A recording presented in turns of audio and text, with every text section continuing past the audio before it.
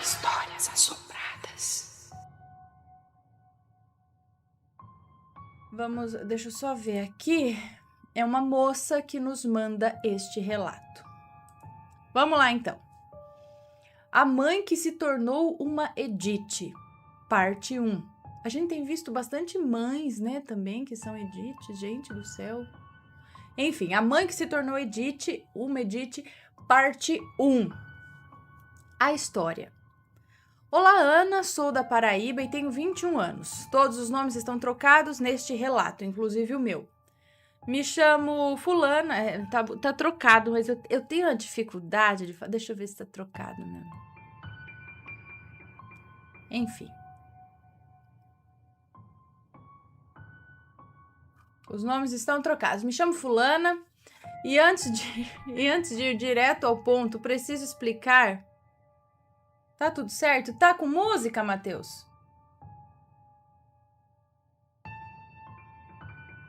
Não, né?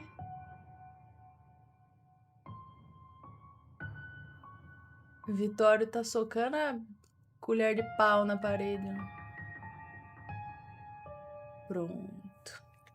Agora temos música. Me chamo fulano e antes de ir direto ao ponto, preciso explicar outras coisas.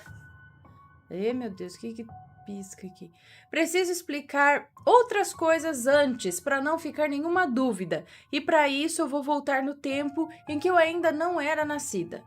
A minha avó casada com meu avô e a minha mãe ainda era criança. E já aviso que este relato será muito longo, e por isso vou dividir em duas partes. Bom, a minha avó, Carmen, tinha 5 filhos ao todo. 2 meninos e 3 meninas. E em uma certa vez que ficou grávida de uma menina, depois que a criança nasceu, com um certo tempo ela ficou doente. E naquela época aqui na Paraíba não se tinha muitos médicos e muito menos a medicina era como hoje em dia, por se tratar de uma cidadezinha pequena. Naquele tempo, as crianças morriam por muito pouco e por doenças que hoje em dia é consideravelmente simples e sem muita gravidade. Toda vez que uma criança morria e passava o enterro com toda a família e amigos caminhando em direção ao cemitério, levando o caixão pequenino, eram chamados de anjinhos. Era tipo aquela cena do filme do Alto da Compadecida. A menininha veio a falecer de infecção intestinal. Hoje sabemos disso. Continuando. Peraí, passou? Toda vez que uma criança morria, passava o enterro com toda... Bom.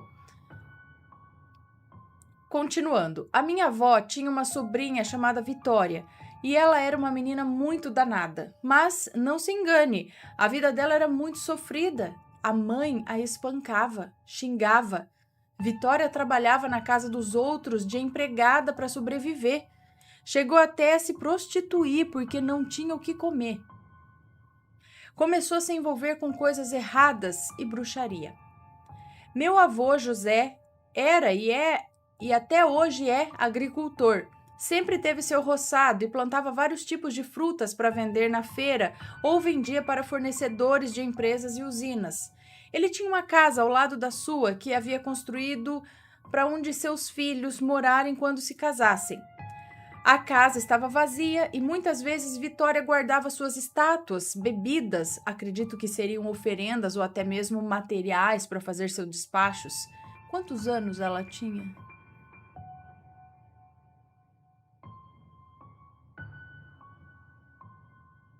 Bom, talvez alguns materiais para fazer seus despachos. Despacho é um tipo de macumba. E lá tinha uma espécie de altar para eles, que hoje em dia é o meu quarto. Um certo dia, meu avô falou com a minha mãe, Luísa, para ir até essa casa e buscar algo que não me recordo. A minha mãe me contou que não gostava de entrar na casa porque sentia uma coisa ruim, mas ela foi assim mesmo porque o pai dela havia mandado. E foi aí que, quando ela entrou na casa e estava caminhando, algo feito de vidro explodiu do nada e a minha mãe acabou cortando o pé.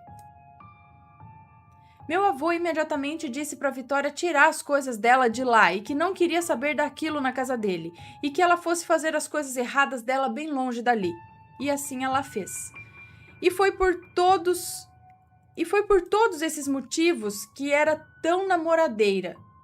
Até que um dia ela se apaixonou por um homem rico, de boa família e militar ainda por cima. Eles começaram um romance às escondidas, os pais dele não gostavam dela. Até que um dia ela engravidou e ela contou para ele, e adivinha? Ele não acreditou nela. Disse que ela já havia se deitado com vários homens e que esse filho poderia não ser dele. Então ela decidiu criar o bebê sozinha. Ele foi embora e a deixou. Assim que a menininha nasceu, sim, era uma menininha, ela enfrentou várias dificuldades e decidiu não criá-la, e então a entregou à minha avó. Rebeca era o nome dela, da inocente bebê. E depois que ela estava com 3 anos, a mãe veio buscá-la novamente, e a minha avó Carmen resolveu não interferir, afinal de contas ela era a mãe, e ela não podia separar de sua filha. Certo tempo depois, Carmen teve notícias de que Rebeca já não vivia mais com a sua mãe, e sim com uma tia, e era assim que a pequenina vivia. Vivia como um macaco, pulando de galho em galho, de casa em casa, sendo criada sem uma mãe de verdade. Carmen decidiu criar Rebeca, e apesar de ser de família humilde, ela não ia deixar a menina viver desse jeito. Rebeca passou a chamar a minha avó de mãe, e a sua mãe biológica pelo seu próprio nome, Vitória. Apesar de tudo, ela ia para a escola e era muito preguiçosa para estudar. Tinha irmãos e irmãs agora e era bem tratada, além de ser a mais nova e a que dava mais trabalho. Pois cresceu sabendo... Como mais nova? Ela tinha irmãos e irmãs agora e era bem tratada, além de ser a mais nova e a que dava mais trabalho. Pois cresceu sabendo da situação da sua mãe, Vitória. Cresceu com raiva dela por se sentir abandonada. Por se sentir abandonada pela própria mãe e magoada por não saber quem era o seu pai. Rebeca sempre pensou que ela não teria certeza de quem seria porque sabia do passado que sua mãe se deitava com vários homens e isso a entristecia e a fazia pensar que nunca conheceria o seu pai. Enquanto Rebeca vivia bem, sua mãe passou vários e vários anos sem dar notícias e sem ver a sua filha. Até um certo dia em que ela se arrependeu e quis voltar atrás, tentando conquistar o amor de sua filha Rebeca de volta, mas era tarde demais. Rebeca não queria saber mais da sua mãe biológica e meus avós sempre aconselhavam para que ela perdoasse a sua mãe. Nessa época ela já era adolescente e eu era criança. A minha tia Rebeca, que considero mais como prima, porque eu e ela sempre tivemos mais uma relação de amigas do que como sobrinha e tia, ela se incomodava com os comentários que as pessoas faziam da sua mãe biológica. Chegava a sentir vergonha dela. Passaram-se os anos e a minha prima já tinha por volta de seus 19 anos e ela tinha tomado a decisão de que iria encontrar o seu pai, custe o que custasse. Ela começou a fazer perguntas a meus avós e os comunicou sobre a sua decisão e eles apoiaram. Depois começou a interrogar Vitória sobre quem poderia ser o seu pai, mas ela sempre enrolava e dizia não saber e que não tinha certeza de quem era. Depois de muitas brigas entre as duas, Vitória resolveu contar tudo sobre o pai de Rebeca e foi aí que ela viu que poderia ter uma chance de conhecê-lo. Porém, ela não tinha contato mais com ele, nem fazia ideia de onde ele morava, se ainda estava no Brasil ou até mesmo se ainda estava vivo. Foi então que Rebeca começou a investigar e pesquisar na internet e em várias redes sociais sobre o nome de seu pai e de sua avó paterna que Vitória teria revelado. Rebeca conseguiu descobrir que ela tinha uma irmã por parte de pai e se aproximou da menina no Facebook. Eles moravam nos Estados Unidos. Ele era rico e vivia muito bem. Descobriu que sua avó paterna morava em Natal, no Rio Grande do Norte. Fez até uma visita à sua avó para descobrir mais sobre o seu pai. E então ela falou a verdade, que estava à procura do pai dela, Roberto, e que queria ter a oportunidade de conhecê-lo. Foi aí que tudo desandou. Ele não acreditou que ela poderia ser filha dele e imediatamente não quis mais contato com a Rebeca. E ela ficou arrasada, chorou, chorou e chorou. E criava coragem para contar para todo mundo que ele não queria saber dela. Ela se sentiu rejeitada. E ela começou até a duvidar que Vitória havia mentido para ela e foi assim que elas tiveram outra briga. Ana, eu não vou detalhar sobre as brigas para o relato não ficar com mais de 10 páginas. Depois de um certo tempo, Roberto procurou a minha prima e disse que faria um teste de DNA se ela quisesse, para tirar a dúvida. Ela então aceitou. Eles conversavam e a esperança de ter um pai reacendeu novamente. Eles se aproximaram e viram que tinham muitas coisas em comum e já pareciam pai e filha. Ele propôs que fizessem o teste em Natal, no Rio Grande do Norte. E chegou o dia do tão temido teste. Ela estava feliz, mas estava com medo. E se o teste desse negativo?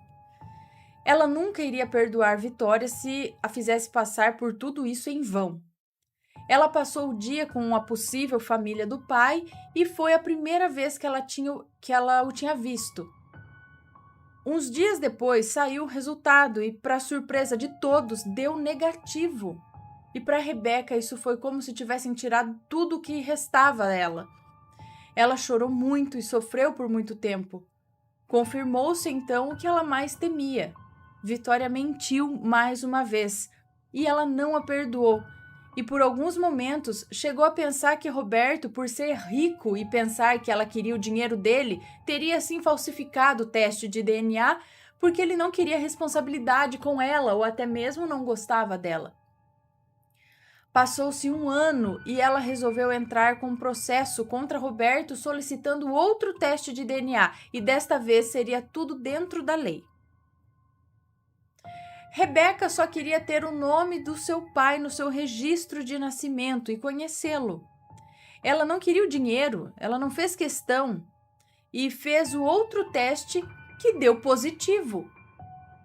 Você deve estar se perguntando onde está a Edith nessa história. Calma, estamos chegando lá. Mais um ano se passou e a minha prima Rebeca começou a ter comportamentos estranhos e aprontava por toda parte. Começou a fazer um curso técnico em enfermagem, mas sua vida só se resumia em dívidas e cursos inacabados. Triste com isso, ela resolveu ir morar em Natal. Trancou o curso. Antes dela ir embora, a mãe biológica dela entregou um porta-retrato com uma foto dela e disse que era para ela levar, para ela não se esquecer do rosto de sua mãe. Foi embora de casa sem levar o porta-retrato, que ficou em seu antigo quarto, e conseguiu um emprego lá. Ela tinha esperança e acreditava que saindo de casa tudo ia melhorar. Mas aconteceu tudo ao contrário. Ela foi assaltada, fez dívidas comprando coisas fúteis de que não precisava, estava tão endividada que em momentos de desespero ela pegava dinheiro com a agiota para quitar as dívidas e chegou a um certo ponto que ela estava tão afundada nas dívidas que ela não tinha mais como pagar o agiota. E foi aí que o inferno começou. Esse agiota começou a ameaçá-la, que desesperada logo ligou para os meus avós pedindo ajuda. Meus avós ficaram enfurecidos e depois de uma bronca daquelas, a minha outra tia, irmã da minha mãe, e o meu avô José depositou o dinheiro para ela poder quitar a dívida, mas eles disseram que o dinheiro era emprestado e que ela poderia pagar aos poucos, e eu, apesar de tudo, ela poderia pagar aos poucos e, apesar de tudo, ela poderia contar com eles, mas que não fizesse isso novamente. Passou uns 2 ou 3 anos e ela encontrou um rapaz da igreja. A minha tia Helena, que tinha conhecido um rapaz pela internet também, nesse meio tempo, a sua mãe biológica... O que tem a Helena, que passou uns 2 ou 3 anos e ela encontrou um rapaz da igreja. Minha tia Helena, que tinha conhecido um rapaz pela internet também. Nesse meio tempo, a sua mãe biológica descobriu que estava com câncer e não tinha ninguém para cuidar dela. Ela teve mais 2 filhos de outro homem, com quem foi casada por um bom tempo, muitos anos antes de ficar doente. Eles moravam com a avó paterna porque ela deixou o pai dos filhos dela para morar com um traficante que tinha um certo apelido. Eles no começo não ligavam muito para o estado da mãe. Eu não entendi agora de quem se trata aqui. E nem a respeitavam direito e muitas vezes a chamavam de maconheira. Esse traficante a deixou depois que descobriu sua doença, olha que lindo. E depois de algum tempo, o seu cabelo caiu, ela ficou internada e as únicas pessoas que visitavam e cuidavam dela no hospital do câncer eram a minha avó e a minha mãe. Foi aí que ela recebeu alta, mas ela não tinha dinheiro algum para alugar uma casa e pagar aluguel. Isso é a vitória? A minha avó não pensou 2 vezes e a trouxe para a casa dela. Ela ficava em um quarto só dela, que tinha bem do lado da casa. Ela fazia suas refeições, usava o banheiro, ficava na sala e assistia televisão. Ela tinha o melhor tratamento na casa e toda a família a incentivava para ir à igreja e deixar as drogas, as práticas de bruxaria para trás, e por um tempo assim ela fez. Seguiu os conselhos. Certo dia resolveu alugar um lugar só para ela, pois já havia se aposentado e tinha uma quantia razoável de dinheiro por mês que dava para sobreviver. A minha avó perguntou se ela tinha certeza do que ela estava fazendo e ela respondeu que sim. E a minha avó Carmen pediu que ela não saísse da igreja. Então ela foi embora e um tempo depois Rebeca casou. E às vezes vinha visitar a família e também visitava Vitória. Ou ela vinha até a casa de Carmen para poder vê-la. A mãe que se tornou uma Edith, parte 2. A descoberta da Edith. Agora, lembra que falei que a minha tia Helena havia conhecido um rapaz pela internet? Então, ela conversava com ele por SMS, porque nenhum dos dois tinha rede social. Tinha redes sociais. Eles se conheceram por um daqueles serviços que as operadoras fornecem de relacionamento, por incrível que pareça. Como que é isso? As operadoras fornecem um serviço de relacionamento? Enfim, por incrível que pareça, se conheceram por aí. Eles se apaixonaram e tinham um relacionamento à distância. Mandavam fotos por MMS e rapidamente já foram logo falando em casamento e resolveram sim se casar porque a minha tia já estava com 30 anos. E já não tinha muita esperança de encontrar alguém. Gente, mas 30 anos é jovem, né? Enfim, e não tinha esperança mais de encontrar alguém, então vamos casar. Então começaram os preparativos para o casamento. Ela queria uma cerimônia simples e começou a construir a casa deles. Logo depois comprou alguns móveis, escolheu o vestido e depois ela comprou a passagem dele para poder vir e finalmente se casarem. Chegou o tão esperado dia em que eles iriam se conhecer. Nossa, ela foi de táxi para buscá-lo e ela estava muito feliz por seu sonho de finalmente se casar e ter a sua própria família. O sonho se tornaria real. Quando ela chegou no aeroporto, que o viu, se decepcionou na hora. Ai, meu Deus do céu! Ela não acreditava que a pessoa que ela estava vendo não era a mesma pessoa da foto. Catfish. E foi tomada por uma decepção muito grande. Cara, como assim? Você começa a construir a casa, você prepara o casamento, você não conhece a pessoa pessoalmente. Aí a hora que você preparou tudo isso, tá com casa, aí chega a pessoa e fala, é você? Então... eu vou ali e já volto. Ai, meu Deus. Não, a foto era diferente. Ela falou, pessoal, não confiem em foto, tá? Foi tomada por uma decepção muito grande. Ele era bem mais velho que na foto e ela disse que assim que olhou no rosto dele, ela se sentiu muito mal, pois a foto que ele mandava, ele sempre estava de boné, escondendo um pouco do rosto. Na hora ela não disse nada e também não podia mandar ele de volta, né? Pôr na caixinha, tchau.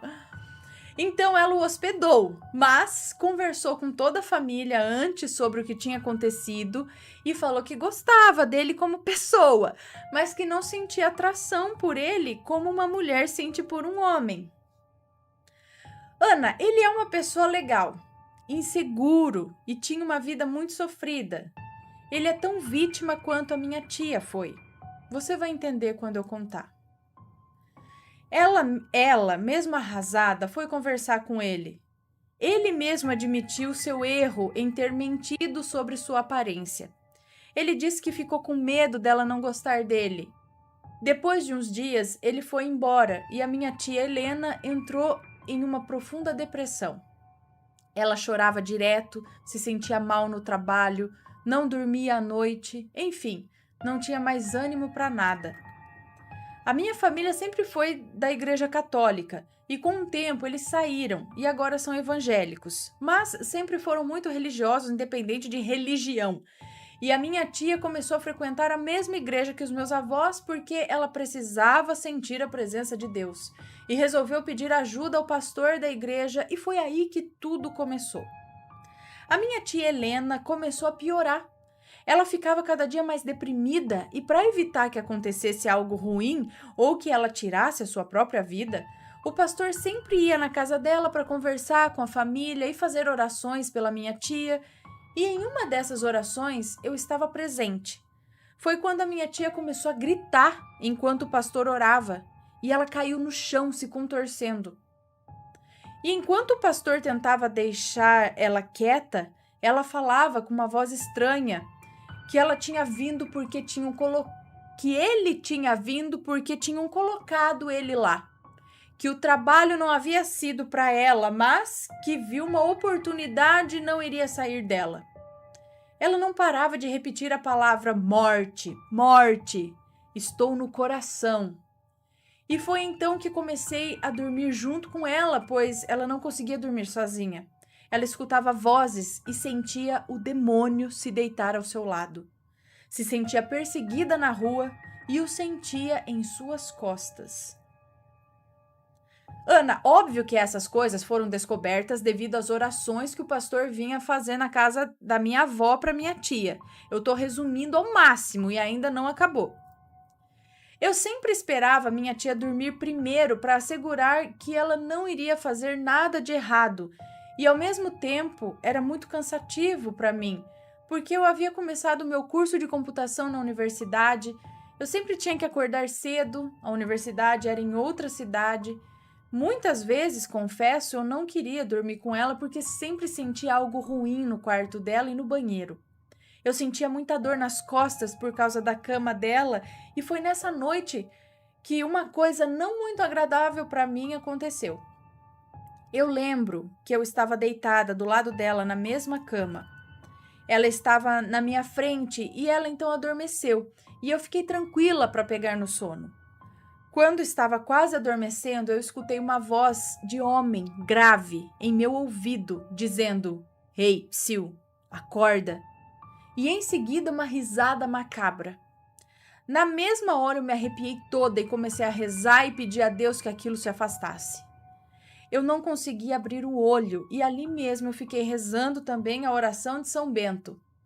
A cruz sagrada seja minha luz, não seja o dragão meu guia, retire-te, Satanás, nunca me aconselhes coisas vãs, é mal o que tu me ofereces, bebe tu mesmo do teu próprio veneno. Fiquei toda encolhida e enrolada dos pés à cabeça com o lençol, rezando sem parar e aquilo foi embora após ter tocado o meu pé.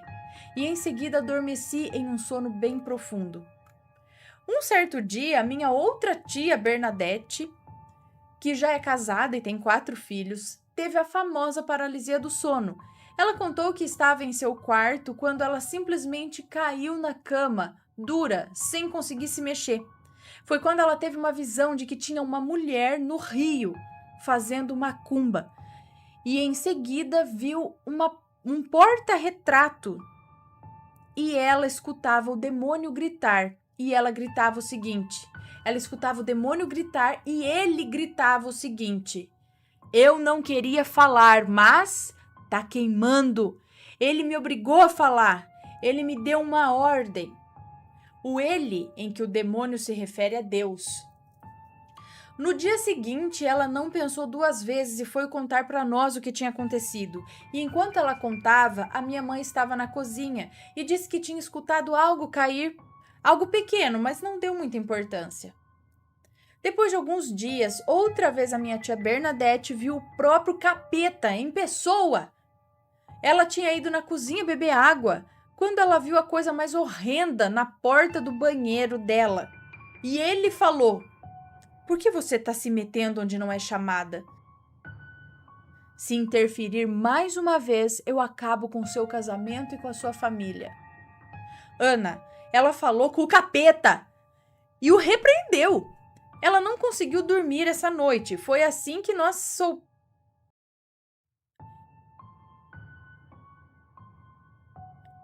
Ela não conseguiu dormir essa noite. E foi assim que soubemos onde ele estava e onde ele aparecia. Adivinha? Sim, no banheiro da casa da minha avó. Chamamos o pastor para fazer uma oração na casa. Ele chegou, era por volta das 7 da noite e só saiu de lá às 2 da madrugada, fazendo o exorcismo da minha tia. No fim, o demônio saiu do corpo dela, mas o tal objeto ainda não tinha sido queimado. No meio dessa confusão toda, descobrimos que quem tinha feito a tal macumba teria sido Vitória, mas ela não tinha feito para minha tia, e sim para a Rebeca, para a própria filha. Ela fez uma magia para ela não ser feliz e não casar. Ela tinha raiva da minha família porque nós sempre limpávamos o banheiro depois que ela usava. Ela pensava que nós tínhamos preconceito ou nojo e medo de pegar a mesma doença dela. Ana, nós não tínhamos nojo ou medo de pegar câncer. Eram recomendações médicas.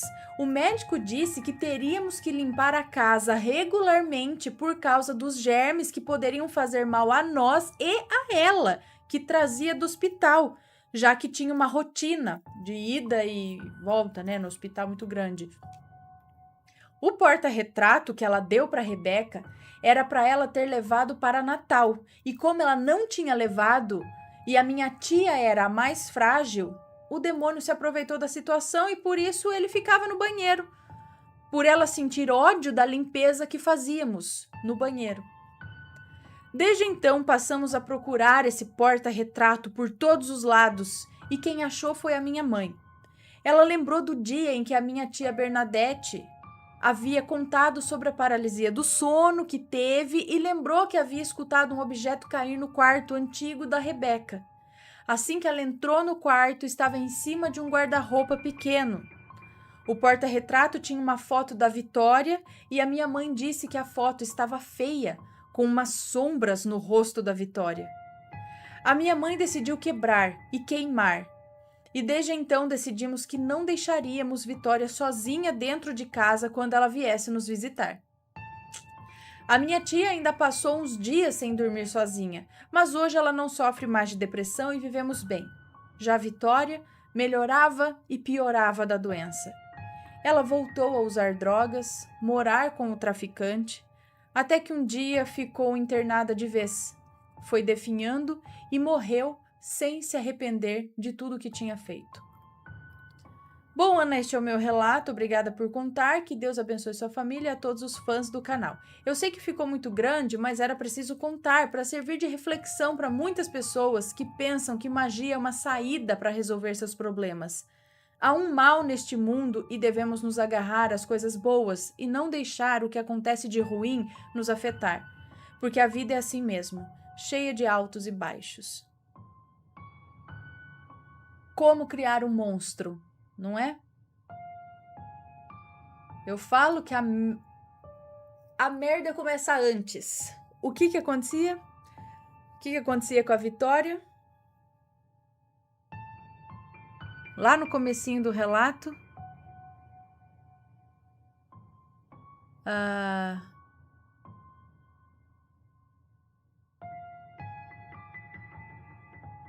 a minha avó tinha uma sobrinha chamada Vitória, que era muito danada, mas não se engane, a vida dela era muito sofrida. A mãe a espancava, a xingava. E a Vitória tinha que trabalhar na casa dos outros como empregada, tudo bem, mas é ainda jovem, acredito. Ela não fala as idades aqui, para sobreviver. E ela até aí tudo bem, mas chegou até a se prostituir porque não tinha o que comer. A mãe espancava, a mãe xingava e assim se cria um monstro. É lógico, existem cabeças e cabeças. Tem pessoas que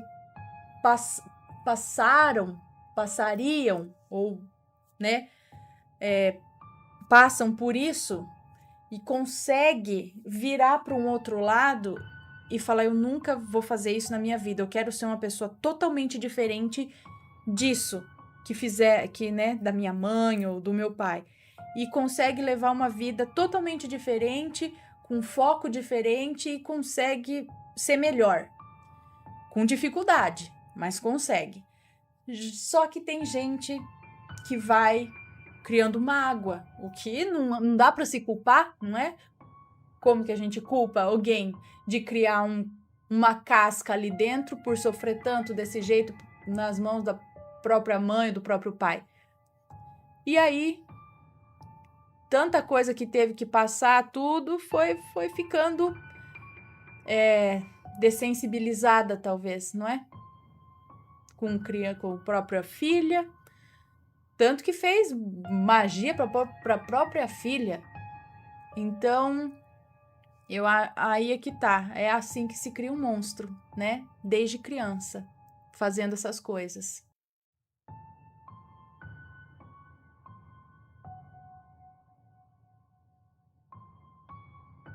Se você não pretende dar carinho ao seu filho, dê o filho para outra pessoa que vai dar carinho, não é?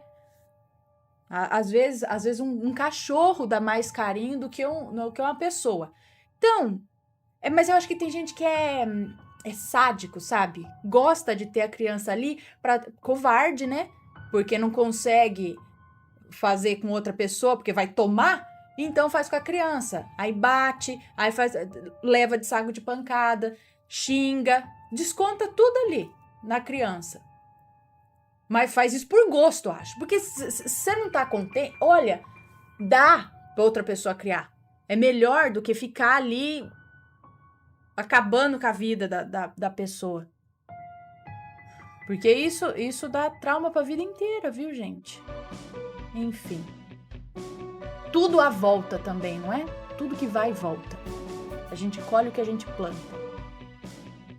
E aí, tá gostando dos relatos? Então o que você acha de deixar um like aí no vídeo, hein? Gosta dos relatos? Deixa o seu like, mesmo que seja nos cortes.